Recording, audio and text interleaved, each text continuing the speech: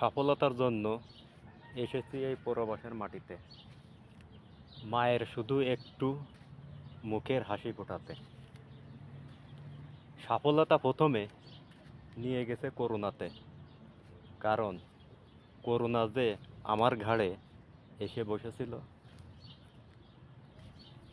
দেশ বাড়িতে কান্নাকাটি হয়েছিল আমার জন্য, কারণ মরার মতো হয়ে গেছিলাম আমি। যে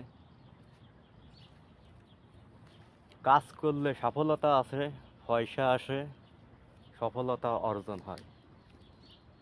কাজ করতে পারিনি করোনার জন্য, বেঁচে আছি কোনো রকম আল্লাহর রহমতে। ভিডিও লম্বা করা যায় না ফেসবুক ইউটিউবে ছাড়ার জন্য। পরবর্তীতে বলবো আমার গল্প কাহিনী আপনাদের মাঝে আমি আবারও।